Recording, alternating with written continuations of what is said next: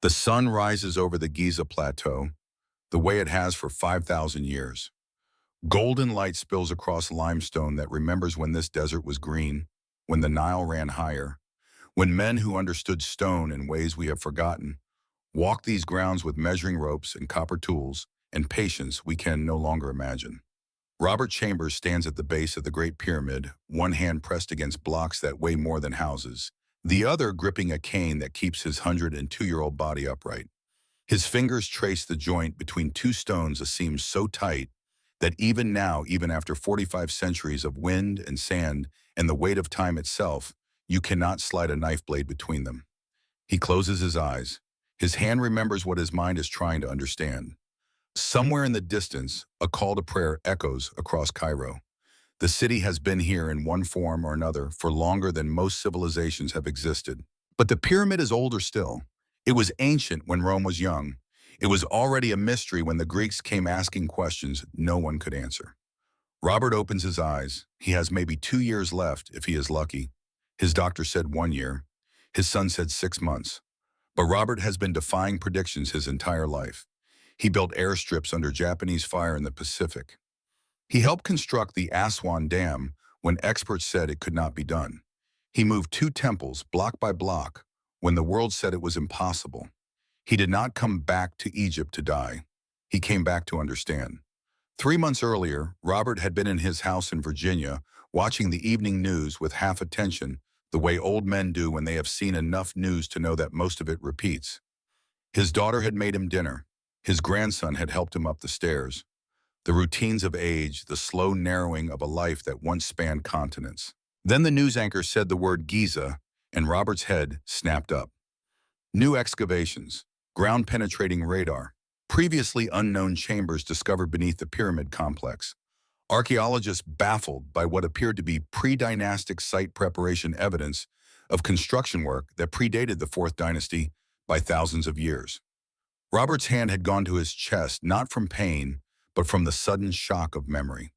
The notebook, the copper tools, the deathbed confession of a dying man 73 years ago in a construction accident that Robert had witnessed and never fully understood. Until now. He had gone to the attic that night, moving slowly upstairs that seemed steeper than he remembered his grandson following behind with concern in his eyes. The attic smelled of dust and old wood and the accumulated debris of a century of living. Robert knew exactly where to look. The wooden chest his father had given him, still sealed with the same lock from 1952. Inside, wrapped in oilcloth, the notebook. Robert had opened it with shaking hands. The pages were yellowed, the ink faded, but still legible. Diagrams, measurements, ratios expressed not in feet or meters, but in relationships. Water level techniques. Star charts showing constellations as they appeared not in 1952, but centuries earlier, calculated backwards using precession mathematics that should not have existed in a foreman's family heirloom. And at the bottom of the first page, written in careful English by a hand that had learned the language late in life, for the engineer who will listen.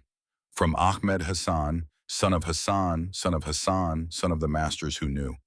Robert had called his old friend James Mitchell at 2 in the morning. Mitchell, a professor emeritus at MIT, a man who had spent 40 years studying Egyptian archaeology with the kind of respectful skepticism that made him trusted by both academics and the kind of independent researchers who asked uncomfortable questions. Mitchell had answered on the 4th ring, his voice rough with sleep. "Robert, do you know what time it is, Jim?" Robert had said, "I have measurements that prove the Giza site was prepared before the Fourth Dynasty. I have them in my hands. I have had them for 73 years, and I did not know what I was looking at." There had been a long silence. Then Mitchell's voice suddenly sharp, suddenly awake. "I am getting on a plane. Do not show anyone else until I get there." That had been 3 months ago. Now Robert stands in Egypt for what he knows will be the last time his friend beside him, and in his pocket, the notebook that has waited 7 decades to be understood. Mitchell approaches a tall man with white hair and the kind of lean build that comes from a lifetime of fieldwork. He is 67, which makes him young compared to Robert, but old enough to understand that some truths take a lifetime to earn the right to speak. "The measurements match," Mitchell says quietly. "Every single one." The subsurface chambers, they just discovered the foundation leveling the astronomical alignments. Your notebook describes them all. Robert nods. He knew this already, but hearing it confirmed by a man with credentials and institutional backing makes it real in a way that an old man's memory cannot. How did they know? Jim Robert asks. How did Ahmed's ancestors know what was under the ground? How did they know about chambers that would not be discovered for another 150 years after that notebook was written? Mitchell looks at the pyramid, then back at Robert. Because they built them. Not the pyramid itself, but the foundation. The site preparation, the underground teaching chambers. They built those and they remembered. Robert thinks of Ahmed Hassan dying in a construction accident in Cairo in 1952. Ahmed had been 78 years old, born in 1874, a foreman on a project to expand the Cairo waterworks. Robert had been 29, a young engineer fresh from post-war reconstruction work, still believing that modern technology had all the answers. The accident had been quick. A crane cable snapped. Ahmed was crushed beneath a pallet of steel pipes. Robert had been the first to reach him, had held the old man's hand as blood pooled in the sand. Ahmed's eyes had found Robert's face, and there had been recognition there, something beyond the pain. English boy Ahmed had whispered, because even after 7 years in Egypt, Robert's accent marked him as foreign. My grandfather's grandfather. They knew. The old ways. Then Ahmed had gripped Robert's hand with surprising strength and said something that Robert had not understood at the time. The notebook is for you. The tools are for your hands. When you are old enough to see, you will understand. Ahmed's son had given Robert the items 3 days later at the funeral. A leather satchel containing a notebook, 3 copper tools worn smooth by generations of use, and a measuring rope with knots tied at intervals that Robert later realized represented the royal cubit. Robert had accepted them out of respect, had thanked Ahmed's family, and had packed them away when he returned to Virginia a decade later. He had thought they were simply family heirlooms, sentimental objects from a kind man who had treated him well. He had been wrong. A woman approaches across the sand, moving with the confident stride of someone who belongs here. She is in her early 60s, wearing practical field clothes, her hair covered against the sun. Dr. Layla Mansour, Egyptologist. And as Robert learned 2 months ago, Ahmed Hassan's great-great-granddaughter.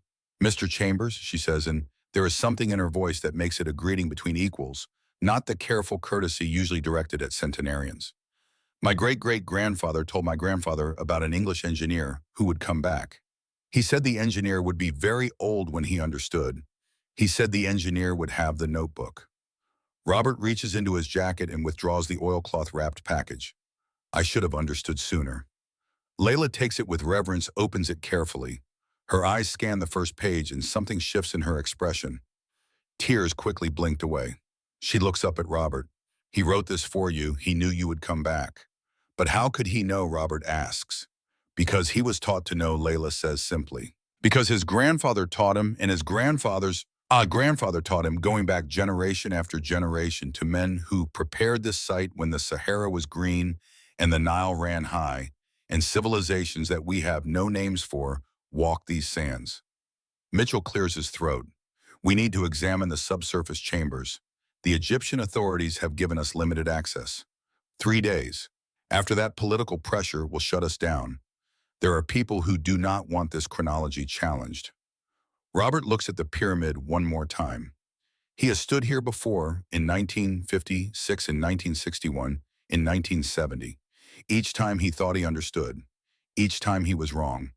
But now at 102, with death close enough to feel its breath on his neck, maybe he is finally ready to see what Ahmed wanted him to see. Let us go down, he says. Let us see what the masters left for us. The entrance to the subsurface chamber is not the tourist entrance. It is a narrow shaft discovered only months ago, descending through bedrock that was old when the first pharaohs were crowned. Robert cannot make the descent himself, his body too frail, his bones too brittle. But they have equipment, cameras, sensors, all the tools of modern archaeology. And they have Layla, who has been preparing for this moment her entire professional life without knowing it. She descends with a camera crew with Mitchell, with a team of specialists who have signed non-disclosure agreements and sworn to keep what they find confidential until the evidence can be properly analyzed. Robert watches on a monitor at the surface, watching grainy footage as they move through passages carved from living rock. The first chamber opens up on the screen. Robert leans forward, his hand gripping the edge of the table. Copper tools, dozens of them, arranged in a pattern, not scattered, not discarded, arranged. Mitchell's voice crackles through the radio. Robert, you need to see this. These tools, they are in progression. Rough to refined, this is not a storage room, this is a teaching display. Robert's eyes blur. He blinks hard, refusing the tears. Show me. The camera pans across the chamber, stone samples arranged by hardness, limestone, then granite, then diorite, measuring ropes with standardized knots. And on the walls, carved with precision that makes modern laser levels seem crude diagrams, showing how to use water to find level, how to use stars to find north, how to calculate angles using shadows and strings. It is a classroom, Robert whispers. They built a school underground. Layla's voice through the radio filled with wonder. There are hieroglyphs here. Very old. Older than 4th Dynasty script. They say for those who come after. For those who will remember. Robert closes his eyes. He sees Ahmed Hassan's face, 73 years younger, dying in the sand. He sees Youssef, the old master mason he worked with in 1956, hands that could read stone the way other men read books. He sees his own father teaching him to use levels and plumb lines, knowledge passed down from grandfather to son. The chain, the unbroken chain of knowledge stretching back further than writing, further than kings, back to a time when men built not for glory or wealth, but because they understood that some things must last forever. His grandson touches his shoulder. Grandpa, are you okay? Robert opens his eyes. I am fine. I am better than I have been in 73 years. I finally understand what I was given. That night in the hotel room overlooking Cairo, Robert cannot sleep. His body is exhausted, but his mind will not rest. He sits by the window, the notebook open on his lap, and reads by lamplight the way he should have read decades ago. The measurements are not in feet or meters. They are in ratios. The royal cubit is not an arbitrary length. It is 1/10,000,000th of the distance from the equator to the pole. How did they know this? How did men without satellites or modern surveying equipment calculate the size of the earth with such precision? His father's voice comes back to him across the decades. Robert had been 16 learning to survey land for a construction project. His father had shown him how to use a theodolite, how to cite angles, how to calculate distances using trigonometry. But before all that, his father had shown him the old way. 2 sticks, a string, and the sun. You do not need fancy equipment if you have time and patience, his father had said. The ancients proved that. They mapped the world with shadows. Robert had dismissed it as romantic nostalgia then. Now he understands it was something deeper. His father had been passing on knowledge that his father had passed to him, knowledge that stretched back through generations of engineers and builders and craftsmen who understood that wisdom is not invented. It is inherited. The notebook contains no blueprints, no step-by-step instructions, just principles, ratios, relationships, how water always finds its level, how stars move in predictable patterns, how stone has grain and character and must be read, not forced. This is not a construction manual. It is a philosophy made physical. Robert turns the page and finds a drawing that stops his breath. It is a cross-section of the Giza Plateau, showing not just the pyramid, but the bedrock beneath. And beneath that bedrock, chambers. The same chambers discovered 3 months ago. The same chambers no one except the original builders should have known existed. Written beside the drawing in Ahmed's great-great-grandfather's careful hand, the foundation was laid in the time of green waters when the river was high and the desert bloomed. 7 generations of masters prepared the site. 3 generations built the eternal house. The knowledge must not die. 7 generations. Robert does mathematics in his head. If each generation represents 30 years, that is 210 years of site preparation before the first stone of the pyramid was laid. This changes everything, not just the timeline, the entire understanding of how such precision was achieved. You do not get that precision in 20 years. You get it in 200 years of accumulated knowledge, refined across generations, taught from master to apprentice in an unbroken chain. And then something happened. The chain broke. Robert thinks of the archaeological record the way pyramid construction quality declined after the Fourth Dynasty. Later pyramids are smaller, rougher, structurally weaker. By the Sixth Dynasty, they are little more than rubble piles with stone facing. What happened if the Fourth Dynasty possessed this knowledge? Why did their descendants lose it? Robert knows the answer. He has seen it happen in his own lifetime. The old Navy chiefs who taught him in World War II, men who could diagnose an engine problem by sound alone, who could navigate by stars when instruments failed, who knew 1,000 tricks that were not in any manual. Most of them are dead now, and most of their knowledge died with them because the young engineers relied on computers and sensors and did not think they needed to learn the old ways until the computers failed, until the sensors broke. And then they wished they had paid attention when the old chiefs were still alive to teach them. The same thing happened in Egypt. The masters of the Fourth Dynasty trained apprentices, but something interrupted the training. War, famine, political upheaval, climate change. The Fifth Dynasty builders had learned from the Fourth Dynasty's apprentices, not from the masters themselves. Knowledge diluted.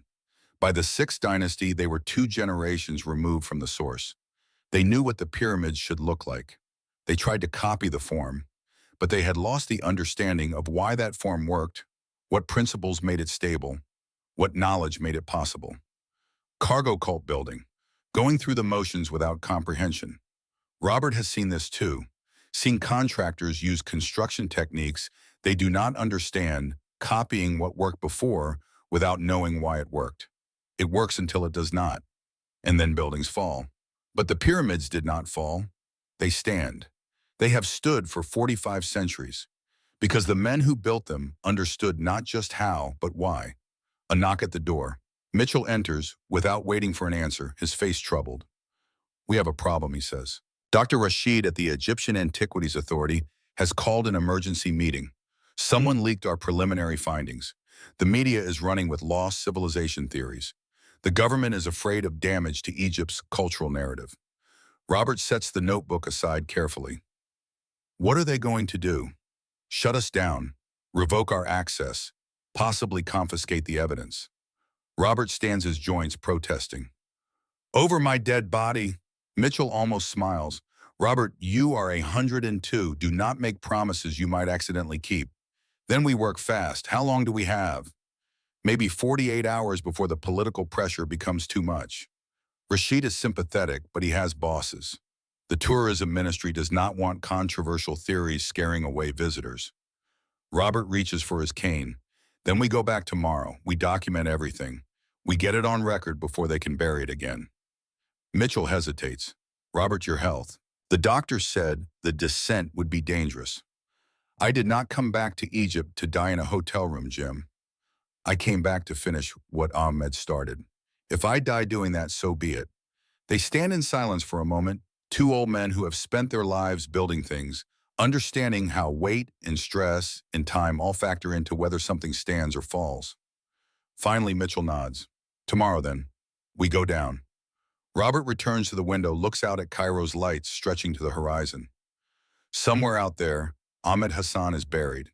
His father, his grandfather, his great-grandfather, all the way back through generations of men who carried knowledge in their hands and their hearts. "I hear you, Ahmed," Robert whispers. "I finally hear what you were trying to tell me. The sun will rise in 6 hours." Robert does not sleep. He reads the notebook cover to cover, committing it to memory, the way Ahmed's ancestors committed their knowledge to memory, because some things are too important to trust to paper alone. The descent into the subsurface chamber begins at dawn. Robert insisted on going down himself despite the protests of doctors, family, and common sense. They rigged a harness, a motorized winch, enough safety equipment to rescue a man half his age. Robert sits in the harness like a child in a swing, being lowered through stone that was carved when his ancestors were living in caves in northern Europe. The air changes as he descends. Cooler, dry, tasting of minerals and time. The walls of the shaft bear tool marks, parallel grooves cut into solid limestone with precision that makes modern diamond saw cuts look crude. Mitchell's voice crackles in his earpiece. "How are you doing?" Robert touches the wall as he descends, his fingers finding the grooves. "These marks," he says, "they are not random. Feel the spacing, perfectly even. This was not a chisel, this was a saw." We know the Egyptians had copper saws, Mitchell says. The question is how they made copper hard enough to cut limestone. Robert thinks of the tools from Ahmed's family. I think I know. Get me to the bottom. I need to see those copper tools. The chamber opens up around him. 30 feet underground, carved from bedrock, the ceiling vaulted in a way that distributes weight perfectly. No supports needed, no risk of collapse. Whoever designed this understood structural engineering at a level that would not be rediscovered until the Renaissance. Layla is waiting, her face illuminated by LED work lights that make the ancient chamber look like a stage set. But this is not theater. This is real. The tools arranged on stone shelves, the diagrams carved into walls, the teaching aids left by people whose names are lost but whose knowledge remains. Robert releases the harness stands on trembling legs. Mitchell tries to steady him, but Robert waves him off. Let me work. He moves to the first shelf, copper tools arranged in progression. The first is rough, the edge irregular. The second is better, the third, fourth, fifth, each one more refined. The last one gleams even in LED, light, the edge so fine you could shave with it. Robert picks it up. The balance is perfect. The weight feels right in his hand. He turns it over, examines the edge under a magnifying glass he brought for exactly this purpose. The edge is not just sharp, it is work-hardened. He looks at Layla. Do you have the metallurgy report? She hands him a tablet. Robert reads, his old eyes struggling with the backlit screen. Copper with 0.3% arsenic. Silver. The composition creates a matrix that, when repeatedly struck, work hardens the surface to a level approaching bronze. Robert nods slowly. I have seen this before. Navy metalwork. We would cold forge copper fittings to harden them. Hit them with a hammer in the right way, the right angle, and the crystalline structure changes. The metal becomes harder. He picks up one of the rough tools, examines the striking pattern on the back edge. Someone spent hours hammering this, not to shape it, to harden it. Mitchell leans in.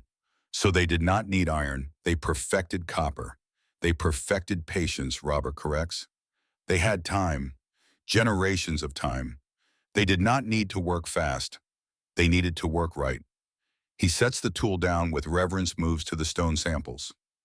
Limestone, granite, diorite, arranged in order of hardness. Each one shows saw marks, drill holes, the evidence of practice. This is a school, Robert says again. These are exercises. You learn on soft stone, then harder, then hardest. By the time you touch the granite for the king's chamber, you have spent years learning on limestone. Layla points to something carved into the wall. Robert follows her finger. It is a diagram showing a copper saw, a bowl of wet sand, and hands demonstrating a rhythmic motion. The instructions, she says, they carve the curriculum into the walls. Robert stares. The diagram is simple but complete. Not the copper that cuts. The sand cuts. Copper guides. Wet sand is the abrasive. The copper saw is just the carrier moving the sand back and forth across the stone in an oscillating pattern. The water keeps everything cool, flushes away debris, and creates a slurry that maximizes cutting efficiency. How long would this take, Mitchell asks. Robert does the math in his head. An inch an hour, maybe. For a block that needs a 6-foot cut, that is 72 hours of continuous sawing. 3 days if you work in shifts. For one cut, Mitchell says slowly. For one cut, Robert confirms. And some blocks needed dozens of cuts to shape them properly. Weeks of work, months for the complex pieces. Mitchell whistles low. No wonder they needed generations. Robert moves to another section of the wall. This diagram shows water channels carved into bedrock with measurements marked at intervals. A level, he says. They carved channels into the foundation, filled them with water. Water finds its own level naturally. Mark where the water surface touches the stone. Cut the bedrock down to match that mark. Do it across the entire 13-acre foundation, and you get a base level to within half an inch, simple, Layla says. Elegant, no advanced technology needed, just understanding of how water behaves. And time, Robert adds. Always time. This would take years, but if you have 7 generations to prepare the site, years do not matter. He continues around the chamber, reading the walls like a textbook. Star charts showing how to find true north by tracking circumpolar stars. Shadow diagrams showing how to calculate angles using sunlight and stakes. Rope techniques demonstrating how to create perfect right angles using a loop of measured length. Everything you need to build a pyramid. Not written in text, carved in pictures, demonstrated in tools, taught through practice. A school that lasted centuries. Robert feels dizzy, sits down heavily on a stone bench that was carved for students 5,000 years ago or older. His hands are shaking, not from age, from understanding. Mitchell kneels beside him. Robert, you okay? Robert looks at his friend. I am seeing what Ahmed wanted me to see. They did not invent this knowledge. They inherited it. This chamber, these tools, they predate the Fourth Dynasty. They are the foundation on which the Fourth Dynasty built. How do you know, Mitchell asked gently. Because of what is not here, Robert says. There are no royal cartouches, no references to pharaohs, no religious iconography. This is pure craft knowledge. This predates kings. Layla has been photographing the walls. She stops, turns. My great-great-grandfather's notebook says the foundation was laid in the time of green waters, the African humid period, when the Sahara was green. That ended around 5500 BC, Mitchell says. Robert nods. 7,500 years ago. If they started site preparation, then worked for 7 generations, that brings us to around 5000 BC. Then climate shift. The desert encroached. The work stopped.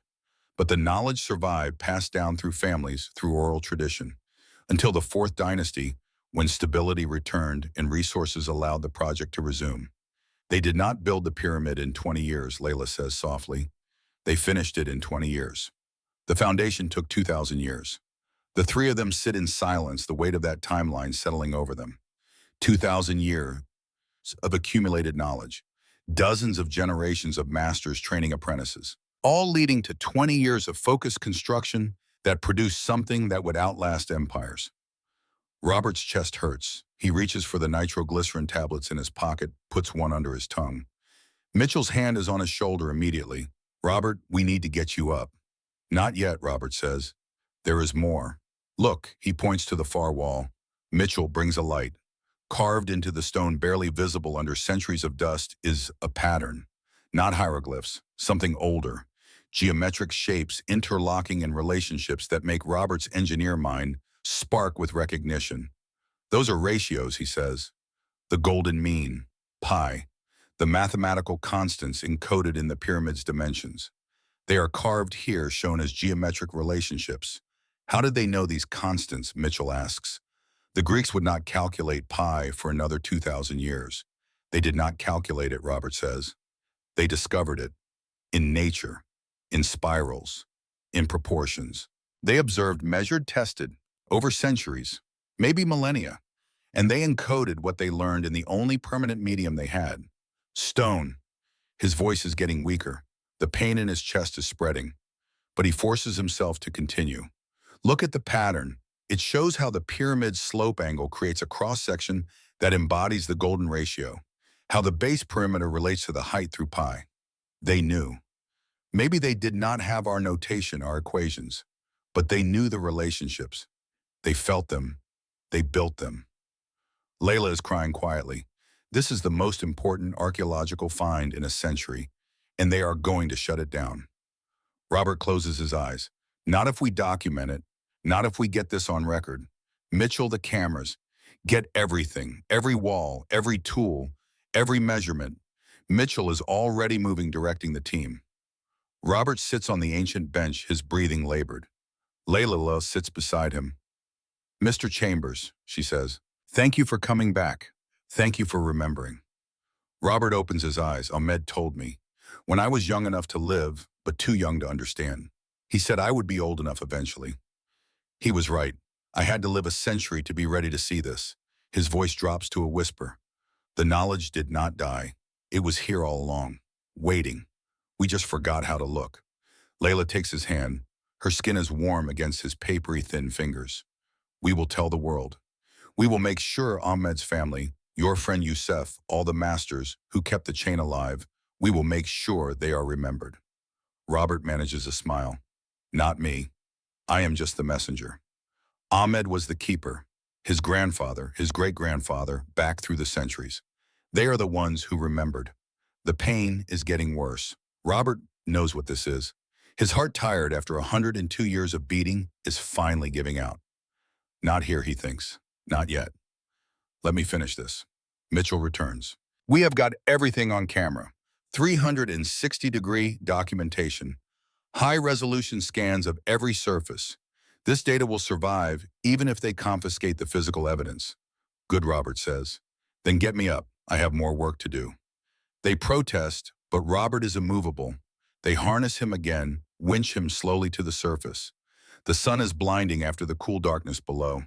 Robert's legs give out as soon as he is on solid ground. They carry him to a medical tent, oxygen mask over his face, doctors, checking vitals that are all wrong. His son is there, flown in from Virginia. Dad, what are you doing? You are killing yourself. Robert removes the mask long enough to speak. I am finishing what I started. Give me oxygen and coffee.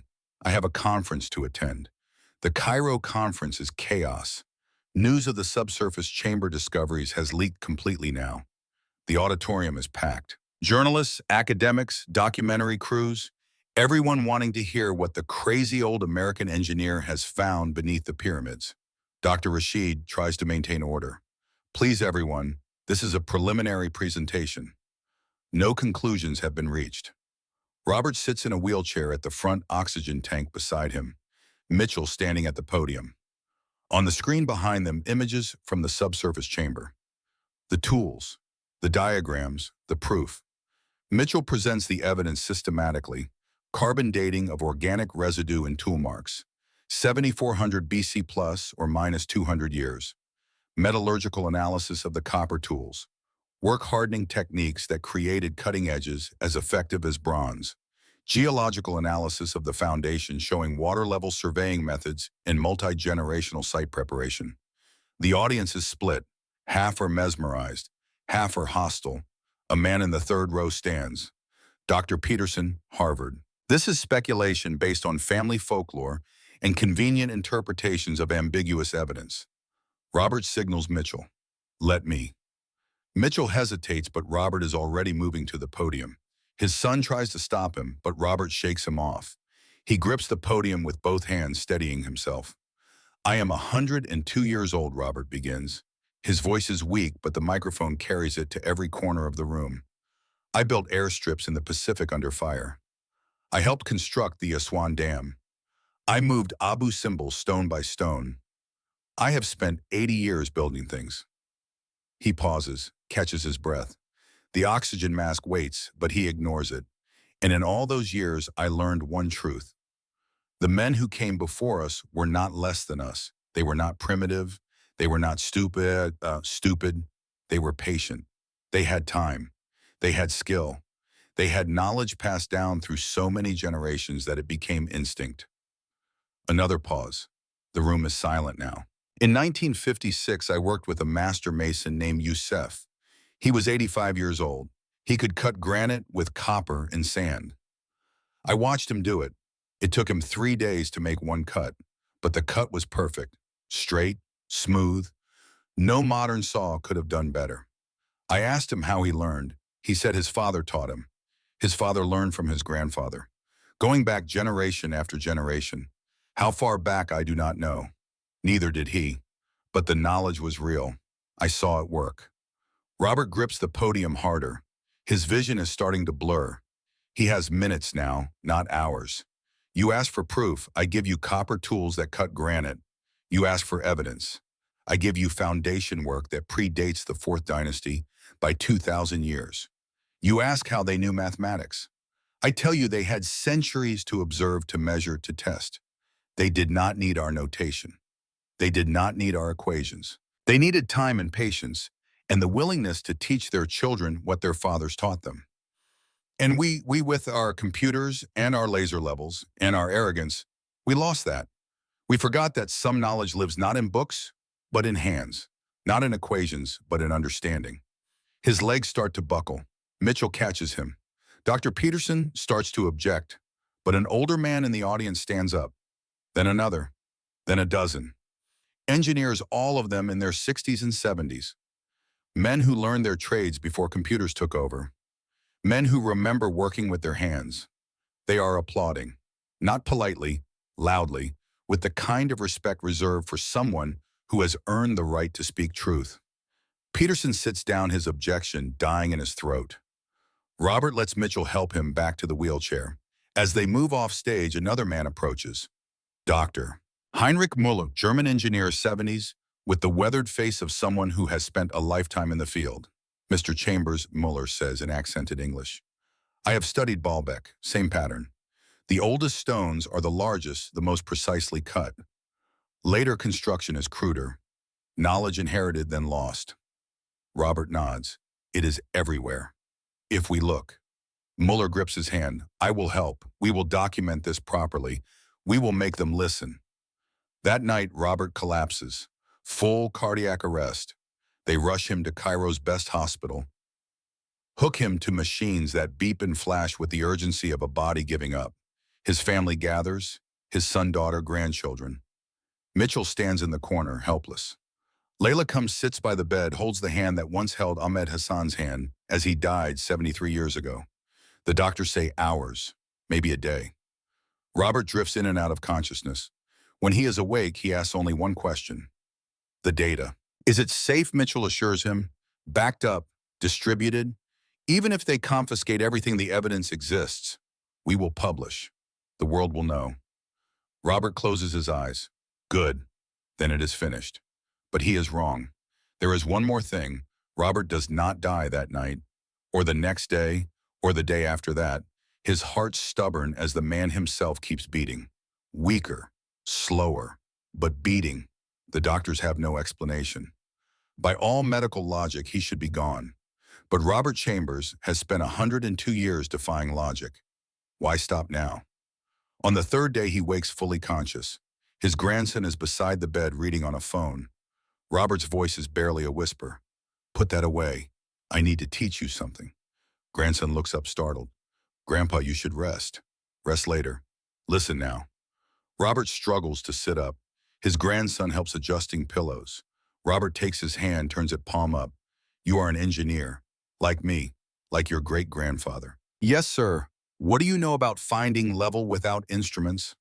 Grandson hesitates. I guess you could use water. Robert almost smiles. Good. But do you know how? Could you do it right now if I took away your phone, your level, all your tools? Honestly, no, exactly. Robert's grip tightens. That is how knowledge dies. Not because it is forbidden, because it is forgotten. Because each generation relies on tools and forgets the principles. He reaches for the notebook on the bedside table. Layla brought it, left it where Robert could see it. His grandson helps him open it. This notebook was written in 1875, 150 years ago. The man who wrote it learned from his father, who learned from his grandfather going back centuries, maybe millennia. And what he knew, what his ancestors knew, we are only now rediscovering. Robert turns pages showing diagrams. Look, water finds its level. Stars move in predictable patterns. Stone has grain. These are not secrets. These are observations. But they require patience. They require looking at the world instead of at a screen. Grandson leans closer, actually interested now. How did they cut the granite with copper? Robert nods. Copper saw, wet sand, oscillating motion, hours of work for every inch of progress. But the result lasts 5,000 years. Your concrete mixed in a factory, poured in a day, it will crumble in a century. What is better, fast or permanent? Grandson is quiet for a long moment. Then I want to learn. Will you teach me? Robert looks at him. Really looks. Sees himself at that age, eager, thinking he knew everything, not yet understanding how much he did not know. I will teach you what I know. What Ahmed taught me, what Youssef showed me, what my father passed down. But you have to promise me something, anything. Teach your children, and make them promise to teach their children. Do not let the chain break again. Grandson nods. I promise. Robert settles back into the pillows. Good. Now get me a bowl of water and 2 sticks. First lesson. Over the next week, Robert teaches. From his hospital bed hooked to machines, he passes down knowledge. How to sight angles using shadows. How to create a plumb line that will never lie. How to read stone by feeling its grain. How to sharpen copper by work hardening. His grandson records some of it on video. But mostly he practices, uses his hands, makes mistakes, learns. Other engineers hear about it. Mueller visits, brings his own grandson. Mitchell's former students come. Word spreads among the community of people who build things, who understand that some knowledge cannot be learned from textbooks. Robert's hospital room becomes an impromptu classroom. The nurses complain about the noise, the tools, the bowls of water, and copper implements scattered on every surface. But the head doctor, an older man who remembers learning medicine from physicians, who learned before computers, he understands. He lets it continue. Layla brings artifacts from the subsurface chamber for demonstration. With special permission with security, but she brings them. Lets Robert hold them. Lets him show the younger engineers how they work. This is not theft, she tells the authorities. This is education. This is exactly what these tools were meant for. The Egyptian government is still divided. Some officials want to shut it all down, bury the evidence, maintain the conventional chronology. But others see an opportunity. Egypt's glory is not diminished by acknowledging pre-dynastic site preparation. It is enhanced. 5,000 years of continuous cultural memory. Knowledge preserved across climatic catastrophe, political upheaval, the rise and fall of dynasties. A compromise is reached. The evidence will be published in peer-reviewed journals. The subsurface chambers will be open to researchers, but slowly, carefully, with proper academic oversight. It is not everything Robert wanted, but it is enough. The truth will come out. Maybe not all at once, maybe not in his lifetime, but it will come. 2 weeks after his collapse, Robert asked to go back to Giza one last time. The doctors refuse. It will kill you. Robert smiles. I am 102. Something is going to kill me. I would rather it be at the pyramid than in a hospital bed. They argue. His family pleads. But in the end, they arrange it. Wheelchair oxygen, a medical team on standby. At dawn, when the tourist crowds are not yet arrived, they take Robert to the base of the Great Pyramid. He asks them to help him stand. They do, supporting him on both sides. He puts his hand on the stone one last time. The same stone he touched as a young man in 1952. The same stone Ahmed Hassan's ancestors touched when they prepared this site 7,000 years ago. The stone is warm from the rising sun. Robert closes his eyes, feels the heat, the texture, the tiny imperfections that make it real. He thinks of Ahmed, of Youssef, of his father and grandfather, of all the men who passed knowledge forward generation after generation, an unbroken chain of teaching and learning that stretches back to the beginning of civilization, and maybe before it. I understand now, he whispers, not just how you built it, why you built it, not for kings, not for glory, but to teach, to preserve, to leave something that would outlast empires and speak to whoever had the wisdom to listen. Mitchell stands beside him. What did they say, do you think? If they could see us now, Robert opens his eyes. I think they would be because we needed 100 years and computers and satellites to figure out what they taught as basic knowledge. We lost something, something important, the patience to learn properly, the humility to listen to those who came before. He turns to his grandson. But we can get it back, not all at once, one student at a time, one lesson, one generation teaching the next. Will you help, the grandson asks Mitchell. Mitchell nods. I am 67. I have maybe 20 good years left. I will spend them teaching anyone who wants to learn. Mueller steps forward. I will do the same. We will create a school, not with degrees or accreditation, just masters and apprentices. The old way. Layla joins them. In Egypt, we will open the subsurface chamber as a teaching site, not a museum, a school, just as it was meant to be. Robert feels the tears on his face but does not wipe them away. This is what Ahmed wanted. This is what the notebook was trying to preserve. Not secrets, not mysteries, just the simple truth that knowledge is precious and fragile and must be cared for. The sun is fully up now. The pyramid glows golden. Tour buses are arriving in the distance. The modern world with its noise and hurry is returning. Robert lets them help him back to the wheelchair. I am ready to go now. They take him back to the hospital. He is weaker now. Even talking exhausts him. But he is at peace in a way he has not been since Ahmed died 73 years ago. His family gathers that evening. Children, grandchildren, great-grandchildren. 3 generations sitting around his bed. Robert looks at them, commits their faces to memory. I am going to die soon, he says simply. We all know it. No tears. I have lived a long life, built good things. And now, at the end, I finally understand the most important thing I was ever given. What was that, Grandpa? His youngest great-granddaughter, barely 10 years old, asks. Knowledge, Robert says.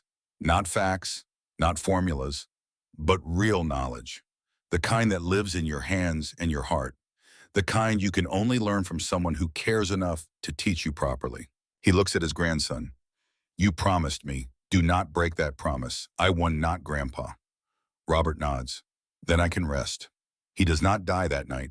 He hangs on for 3 more days, occasionally waking, occasionally speaking. Mostly he sleeps, his body shutting down system by system, the machine of his life winding down after 102 years of operation. On the morning of the 4th day, Mitchell visits, brings news. The first peer-reviewed paper has been accepted for publication. The evidence from the subsurface chamber, the carbon dating the metallurgical analysis. It will be in print within 6 months. Robert's eyes open. He cannot speak anymore, but he squeezes Mitchell's hand. It is done, Robert. Your work is finished. The world will know. Robert closes his eyes. Somewhere he can hear Ahmed's voice. English boy, you finally understood. That afternoon with his family around him, Robert Chambers dies. No struggle, no pain, just a quiet cessation. The heart that beat for 102 years, that pumped blood through wars and peace through triumph and loss through 7 decades of carrying Ahmed's secret, finally stops. His grandson is holding one hand, his oldest daughter the other. They feel the moment he goes, feel the life leave, but also something else, something passing, not ending, passing. The knowledge does not die with him. He made sure of that. The funeral is small, family and close friends. They bury him in Virginia in the family plot beside his father and grandfather. 3 generations of engineers, 3 generations of builders, 3 generations of men who understood that the work matters more than the recognition. Mitchell speaks at the service, talks about Robert's life, the airstrips in the Pacific, the Aswan Dam, Abu Simbel, but mostly he talks about the last 3 months, about an old man who came back to Egypt to finish a promise made 73 years ago. He did not discover the pyramid's secrets, Mitchell says. He remembered them. There is a difference. Discovery is about finding something new. Remembering is about recognizing something that was always there waiting for us to be wise enough to see it. 6 months later, the paper is published. The academic community erupts in debate. Some accept the evidence immediately. Others resist defending conventional chronology. But the data is solid. The carbon dating is unambiguous. The photographic documentation is comprehensive. Slowly, reluctantly, the consensus begins to shift. Not a revolution. More like a landslide in slow motion. The acceptance that the Giza site was prepared over thousands of years, not decades. That the 4th dynasty finished what earlier cultures began. That knowledge can survive across millennia if it is valued enough to preserve. A year after Robert's death, Layla opens the subsurface chamber as a teaching site, not for tourists, for students. Engineers, architects, craftspeople who want to learn the old ways. Mitchell teaches there. Mueller teaches there. Robert's grandson teaches there. They demonstrate copper saws and wet sand, water levels and shadow angles. The techniques that built monuments that have lasted 5,000 years. Students come from around the world. Some are young, fresh from universities wanting to understand how things were built before computers. Some are old master craftsmen wanting to pass down knowledge before they die. All of them learn the same lesson. Patience, precision, respect for materials, and for the masters who came before. Ahmed Hassan's family is honored. A plaque in the teaching chamber names him and his ancestors as keepers of the knowledge. Layla gives speeches about her great-great-grandfather, about the notebook he preserved, about the English engineer who finally understood. The notebook itself is in a museum now, climate-controlled case. But there is a facsimile in the teaching chamber that students can hold, can read, can learn from. On the 1st anniversary of Robert's death, they dedicate a memorial at Giza, not a statue. Robert would have hated that. Instead, a simple plaque embedded in the bedrock near the pyramid's base. In memory of Robert Chambers, 1923 to 2025. Engineer, builder, student, who learned that the greatest knowledge is not what we discover, but what we remember. His grandson attends the ceremony, brings his own son, Robert's great-great-grandson, 5 years old. They stand together at the pyramid's base, 3 generations, the chain continuing. The boy asks, "What did great-great-grandpa do?" He remembered, his father says. He remembered what everyone else forgot, and then he taught us so we would not forget again. The boy looks up at the pyramid, massive and ancient, glowing in the afternoon sun. Did he build this? No. But the men who did, they were like him. They knew how to build things that last forever. Your great-great-grandpa learned their secrets, and now we are going to learn them from him. How? The old way. The same way his grandfather taught him.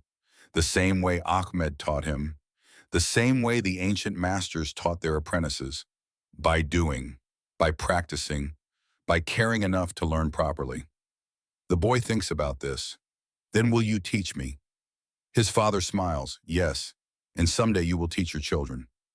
That is how knowledge survives, not in books, not in computers, in people, in the chain that connects us to everyone who came before.